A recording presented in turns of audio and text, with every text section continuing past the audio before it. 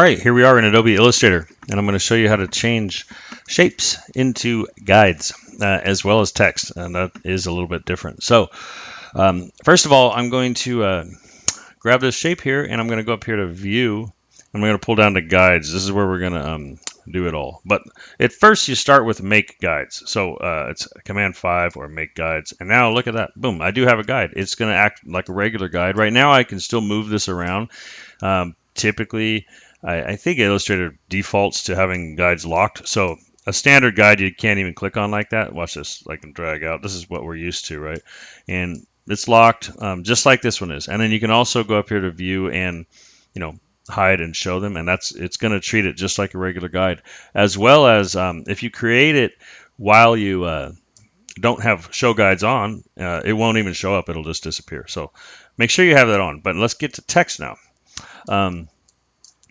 This is different. You can't do it. It's going to say no, right?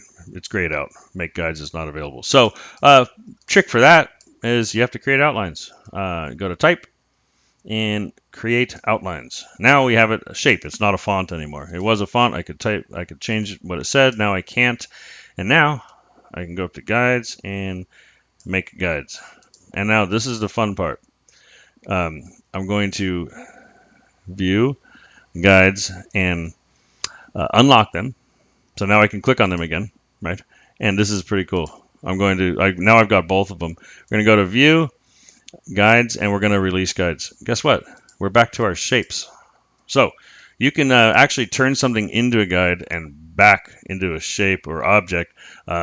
Just that simple. If you have to just trace something real quick, whatever you need to do, you can do it. So hopefully that helped. If it did, hit like, leave me a comment. Thanks.